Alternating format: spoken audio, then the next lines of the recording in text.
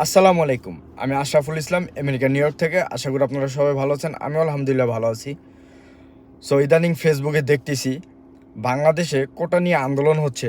সকল শিক্ষার্থী এখন মাঠে নেমে গেছে। কেন?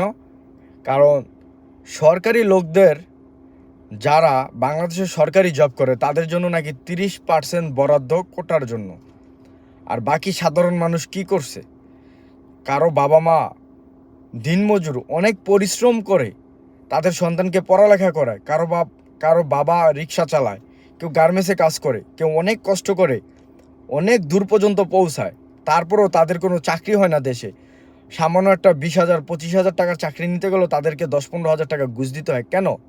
আর যারা সরকারি চাকরি করে, তাদের ছেলেমেয়ে একবারে বিনা পয়সায় ভালো ভালো জায়গায় চাকরি করে। আর সাধারণ মানুষ পড়ালেখা করে, পিএইচডি করে, মাস্টার্স কমপ্লিট করে রাস্তায় রিক্সা চালায়, ভ্যান চালায়, মুড়ি বেচে। কেন? তাদের কি কোনো মূল্য নেই? তারা কি দেশে পড়ালেখা করে নেই? তারা কি কষ্ট করে পরিশ্রম করে নেই?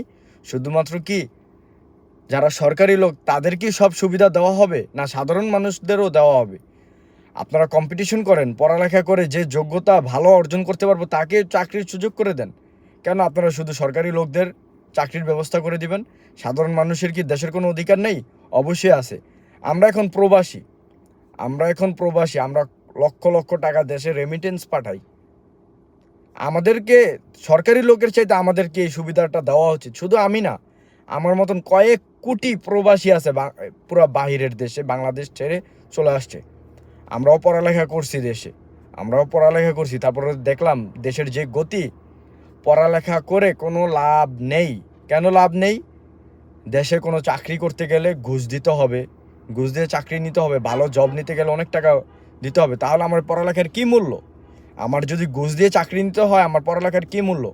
এই মেধা, বাংলাদেশের মেধা এখন যাচাই হয় না। কেন হয় না? কারণ যারা পড়ালেখা করে, ভালো স্টুডেন্ট, তারা জব পায় না। তারা ভালো ভালো ভার্সিটিতে চান্স পায় না। কেন পায় না? প্রশ্ন আগেই বিক্রি করে দেয়, তাদের থেকে আগেই নিয়ে যায়।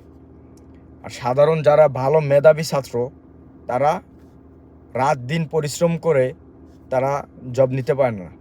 কেন পারে না? ওই যে দিয়ে দিছে আল্লাহর হস্তে। আরেকটা কথা বলি, আমি কয়দিন আগে ফেসবুকে একটা পোস্ট দেখলাম। একটা লোক 3বার বিসিএস এর পরীক্ষা দিছে, বিসিএস ক্যাডারে, সে চান্স পায় নাই। কেন পায় নাই? প্রশ্ন নাকি আগেই ফাঁস হয়ে যায়। আর প্রশ্ন বিক্রি কইরা বাংলাদেশের মানুষ কোটিপতি কোটিপতি। যাই হোক, আপনারাও বাঁচেন, আমরাও বাঁচি। দেশের ছাত্র আন্দোলন এখন চলতেছে। ঢাকা বিশ্ববিদ্যালয়ের অবস্থা নাকি অনেক খারাপ। আসলে আমরা কর্মজীবী মানুষ, বাইরের দেশে থাকি। আমাদের এখানকার টাইমের সাথে দেশের টাইমে কোনো মিল নেই। হয়তোবা যখন দেশে আন্দোলন হয় তখন আমরা ঘুমাই। যাই হোক, বিদেশ থেকে আর কি করব। আপনারা যারা আছেন সবাই ঐক্যবদ্ধ হয়ে একসাথে যুদ্ধ করেন। দেখেন আল্লাহ কোন পর্যন্ত আমাদেরকে নিয়ে যেতে পারে।